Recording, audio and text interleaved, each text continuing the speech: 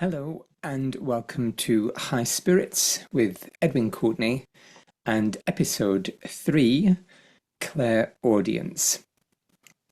Forgive me if I occasionally glance to the side. I'm looking at my post-it notes so I can remember in which order I want to talk to you about clairaudience today. I just turned 53, so I'm officially an old git now, and the old memory is starting to go on the wane.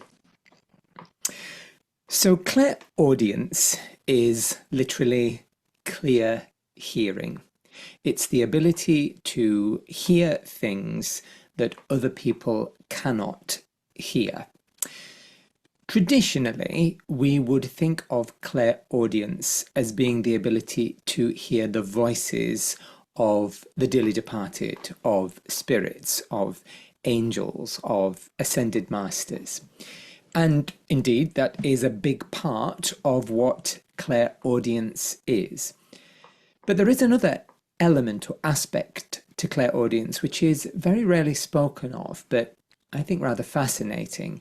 It's an element which absolutely can be utilized mediumistically. In other words, these are sounds that can be projected into the brain, into the mind, into the consciousness of the mediumistic clairaudient. But it's also a psychic skill, a clairaudience which doesn't necessarily depend upon communicating with a spiritual presence, but rather picking up on psychic frequencies, energy and vibration, and interpreting them clairaudiently rather than clairvoyantly. So this type of clairaudience is hearing sounds inside the head. These might be musical sounds, passages of music. It might be church bells, it might be birds singing, it might be animals barking or meowing or growling. It might be bells tolling. And these images are usually symbolic. Sometimes they can be actual. Sometimes we can pick up on a sound around a person which that person hears regularly and which has embedded itself within their energy. But more often than not, these sounds are symbolic, and the clairaudient needs to learn how to interpret those sounds, like a clairvoyant might interpret the symbols that they experience in their visions, in order to be able to understand what spirit is trying to tell them, or what they are picking up on psychically when they're tuning into a person or an object or a place. So for an instance, church bells might indicate a wedding, but they could also indicate a warning or a summoning, a calling.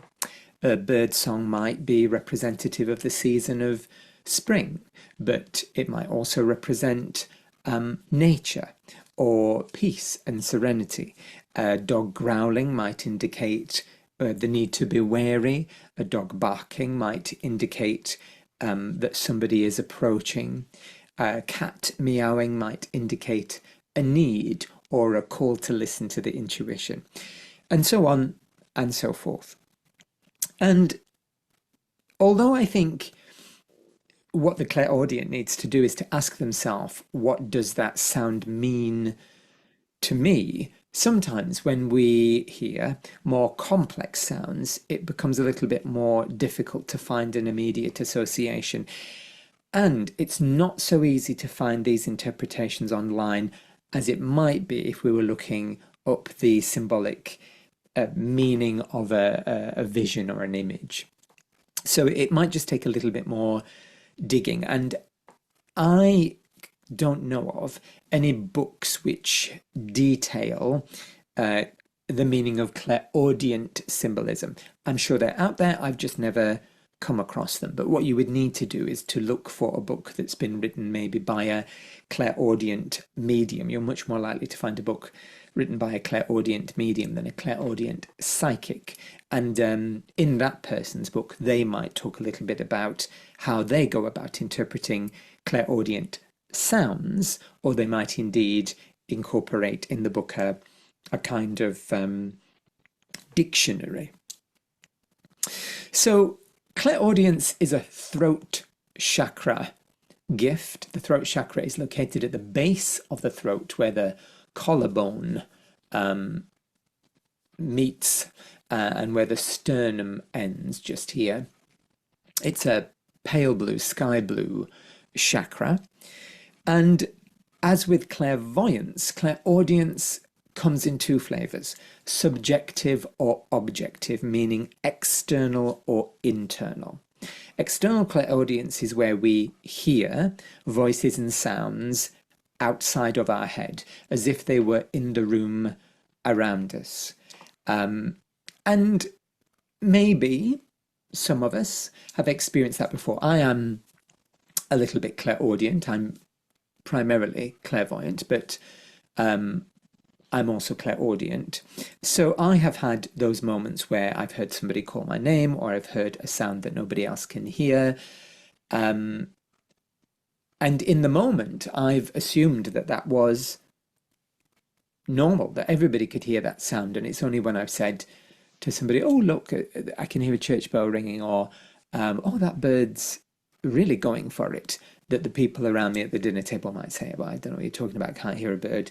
There's no churches around here, I don't know what you're talking about, can't hear a church bell. And then I realised that it was a clairaudient experience, an objective, external clairaudient experience. But I think, as is the case with clairvoyance, the majority of clairaudience are probably subjective, which means internal. So the sounds that they hear, the voices that they hear, are inside their own head. Now, in the beginning, we can maybe associate this with imagination, although once again we tend to think of imagination as visual rather than auditory. I think some of us will have had an experience where we would have been able to imagine a sound. You know, if somebody said to you, imagine your favorite piece of music, or imagine a bird song, we're not going to see that in our head. We're going to replay the sound of that in our head. And that is an internal, subjective, auditory hallucination, if you will, a replaying of the memory of a sound. And some of us may have also had those moments where we've got a kind of earworm, where there's a piece of music in our head that we just can't get rid of. And some of us might also have had unbidden sounds that have popped up in our head, maybe as we've been falling to sleep or as we've been waking up, when we're in that sweet spot, that alpha wave rhythm, which is conducive to psychical ability. Just 1 second, quick swig of coffee. Nellie the elephant says hi. When I was younger, or I must say it still kind of happens today as well, particularly when I'm dropping off to sleep, I get a lot of auditory hallucinations going on in my head. Some of them are most definitely my imagination, because they're connected to things that I've read or things that I've seen on the television. And sometimes it is passages of music that play. But when I was younger, at night time, I used to hear voices in my head, and I initially assumed that these were spirit voices that I were tuning into. But when I really focused in on them, the voices were talking about the news or seemed to be interviewing another presence. And I thought, well, this is very peculiar. Why would this be the case? And then I realized that the sounds that I was hearing were actually radio stations, and that as I was falling to sleep, I was psychically tuning into the radio waves, which of course penetrate all of the spaces around us all the time, and picking up on them and reinterpreting them inside my own head. And some of you may have experienced that too. Now, I think personally, this is my opinion, that the reason why there are far few clairaudience to clairvoyance is because it's a strange gift. It can be very disconcerting. It can be very frightening when you hear voices inside your head which aren't produced by your imagination. And I think also in the beginning, when we do hear voices in our head, it's very easy to think that those voices are our imagination, because often in the beginning, when we hear clairaudient voices, they sound like our internal voice, our internal monologue. They speak with our internal sound, like our internal voice would sound. It's only later on, when we develop clairaudience, that the voices start to take on accents or different pitches or timbres or colloquialisms. But in the beginning, the voices inside our head sound like us. So in the beginning, I think it's quite common for clairaudience to mistake internal monologues. We all have them for our imagination, when actually these are communicating presences. But then suddenly, when the internal monologue starts to directly speak to us or interact with us or says something which we know hasn't come from our imagination, maybe something which is a little frightening or disconcerting, more often than not, I think we close down the ability out of fear. And I think part of that fear is to do with schizophrenia, is to do with the fear that we might be going mad. Certainly when I started to develop both clairvoyance and clairaudience, I went through a period where I wondered whether or not I might just have a mental illness, and it wasn't anything at all supernatural going on. And it was only when I started to have physical phenomena to back up my internal auditory and visual experiences, and also when the things that I saw and the things that I heard were confirmed by other people or in the physical world, that I threw my lot into truly believing that this was a psychical and mediumistic experience and not just one that I'd imagined. But in the beginning, I wasn't too sure what was going on there. So I think there's quite a blockage to overcome if you have a clairaudient gift, or if somebody tells you you have a clairaudient gift. I think there's a blockage to overcome, which is to do with fear of going a bit mad. And this is why I think it's really important to find some support.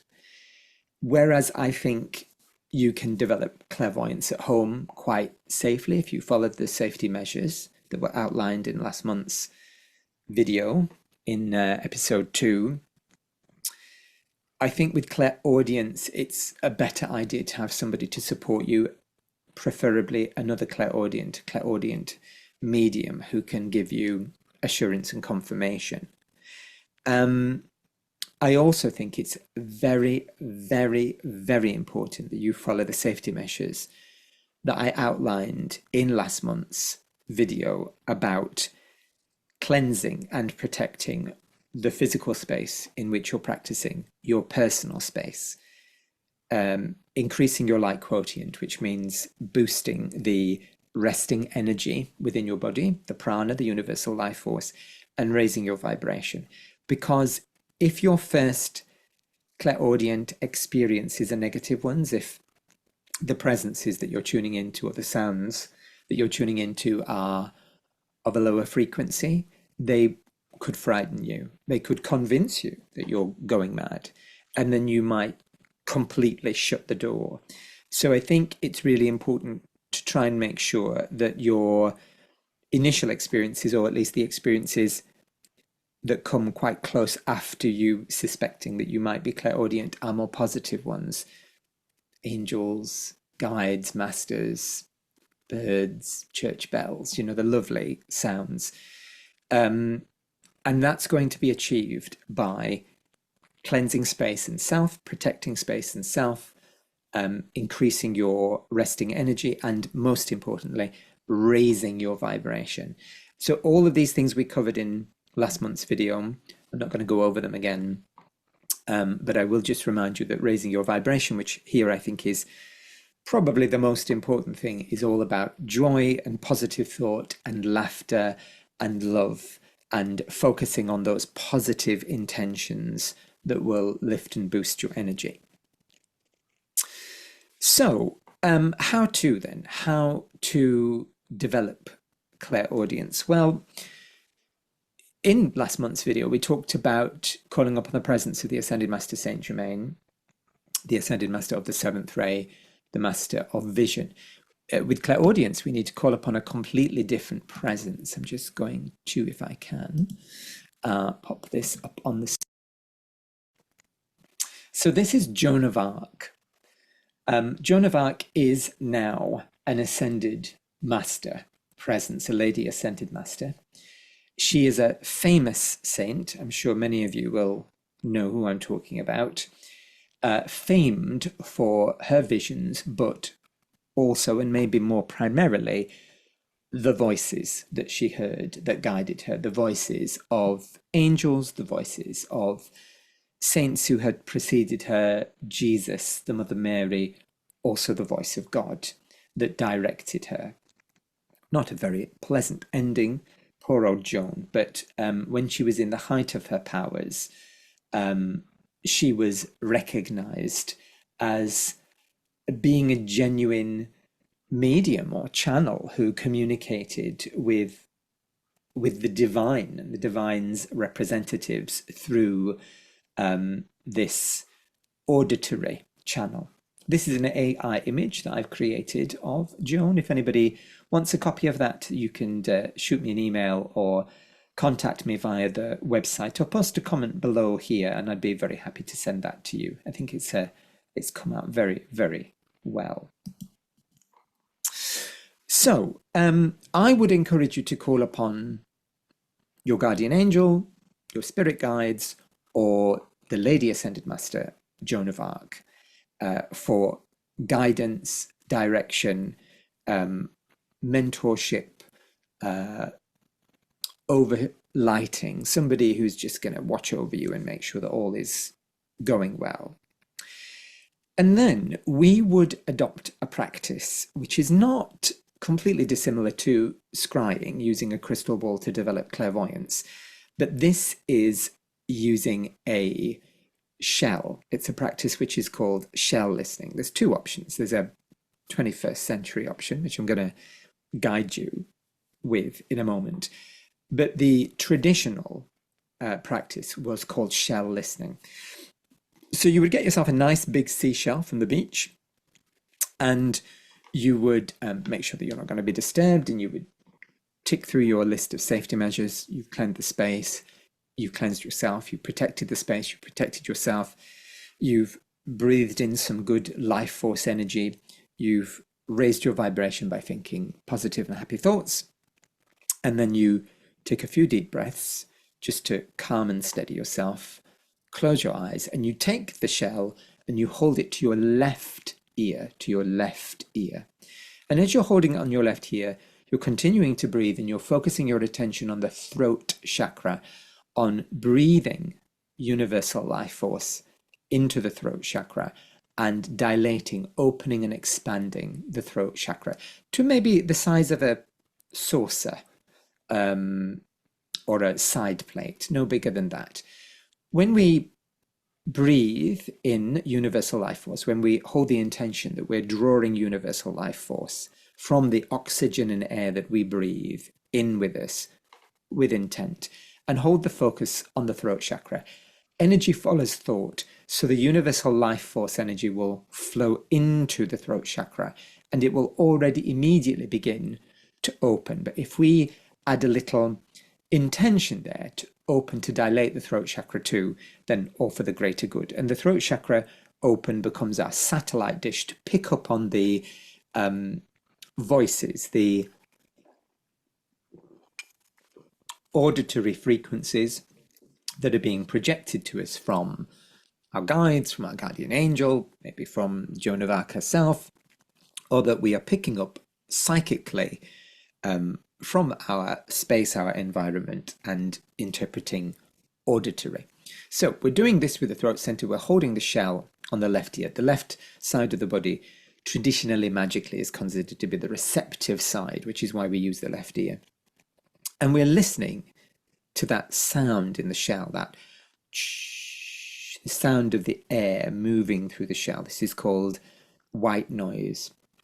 And we're focusing on that sound, relaxed, not too concentratedly, but relaxed. And what we're listening for are voices or sounds within the hush. These, in the beginning, might be very quiet.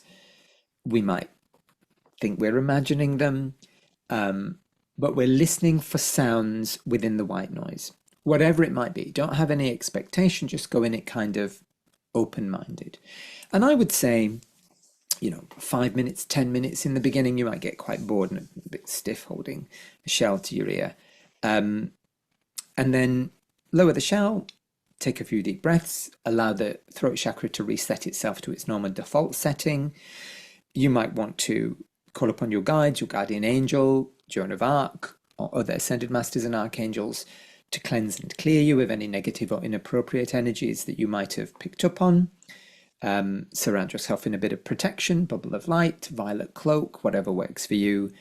Ground yourself, and off you go. And scribble down in your diary or spiritual journal anything that you've encountered, anything that you've heard, or any sensations in your body, or any images that came into your head. Because sometimes, even when we're focusing on a particular clair or a particular chakra, other impressions will flood in, and we shouldn't dismiss them. We shouldn't think, well, I'm going to ignore that vision because actually I'm trying to focus on my clairaudience. If a vision comes, you absolutely need to acknowledge it. If a sensation comes into your body, if a knowing comes into your mind, you must note it down. But also anything at all that you think you might have heard. And of course, then try and ask yourself, well, what might that mean to me? And if you get stumped, go onto the internet and see if Google has a suggestion. Now we're going to give this a try, but instead of using a shell, we're going to use something called white noise. So white noise, back in the day, used to be something that you could tune your television to at night, or at night when the broadcasts went off, which of course they never do. Your television would go into that static mode. Those of you old enough to remember the Poltergeist movies, and that would be white noise. But you could also tune your radio to white noise. I think you can still, as long as you haven't got a digital radio, you can still tune your radio to white noise. But I've got some here generated for you. Let me just get that on. I'm just going to make sure I'm not going to deafen you with this. Ooh. Right, sorry. That's what you get for working with two monitors. There we go. That's not too loud, I don't think. But still, I'm going to turn it down just a tad. So, we'll give this a quick go, just so you kind of get the gist of it. So nice and relaxed. Shoulders nice and loose. Hands on your lap. Straight back. Feet flat on the floor if you can. You can lay flat on the ground if you want. You can sit cross-legged, full lotus, fill your boots. But just so you're nice and relaxed. Close your eyes. Let's focus first on the throat center, at the base of the throat. Take a deep breath in and out. Breath in and out. Now as we breathe in, we're going to draw that universal life force from the oxygen, from the air, and direct it with our intent into the throat chakra. So breathe in. Light flows from the air around you on your inhalation, and as you breathe out, you channel and feed it down into the throat chakra, and the throat chakra begins to dilate, to open, to blossom, to bloom. Breathe in again. Golden light, white light flows on the in-breath, and as you breathe out, imagine it flowing down into the throat chakra dilating, expanding, bigger and bigger. Breathe in again. In comes the light, and out, down into the throat chakra, which opens to the size of a saucer, to the size of a side plate. Now we're going to focus on that sound, that hush, that sound that sounds like the sea. Nice and relaxed. leaning into, listening into the sound, focusing on your left ear, although you're hearing it with both ears, of course, particularly bringing your attention to your left ear. Nice and relaxed.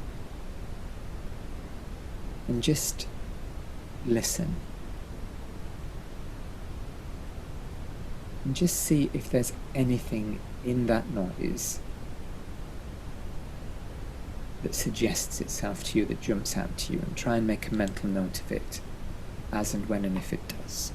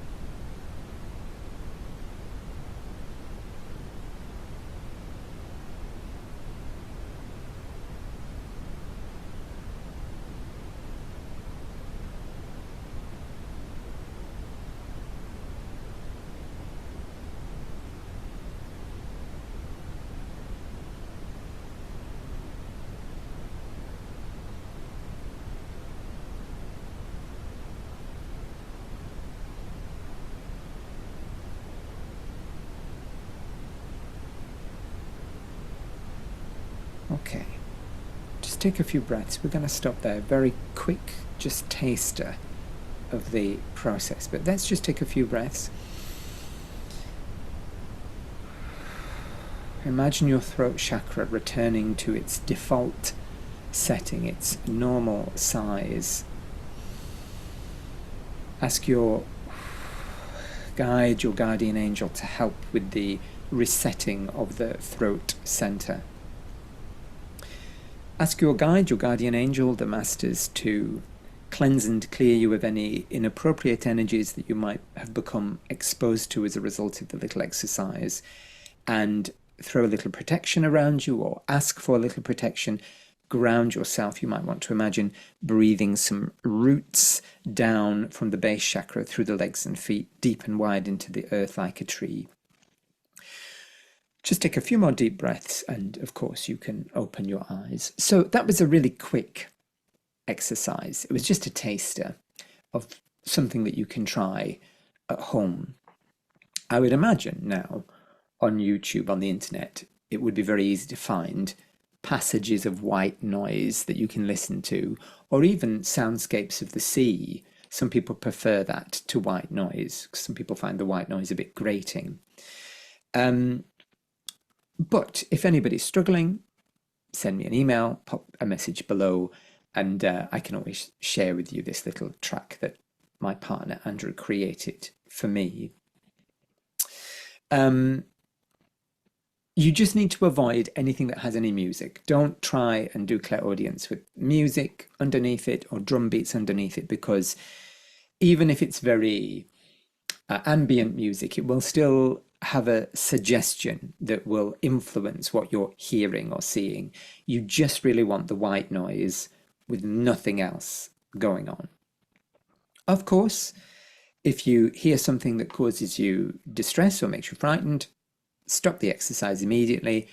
Call upon presences to cleanse and clear yourself and your space. Work on raising your vibration.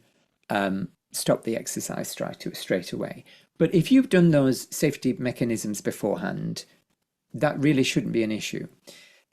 Cleansing the space, protecting yourself and your space, keeping your energy high, raising your vibration, it lifts you above those levels where you might encounter any negative experiences. So that's why those safety precautions are really, really key.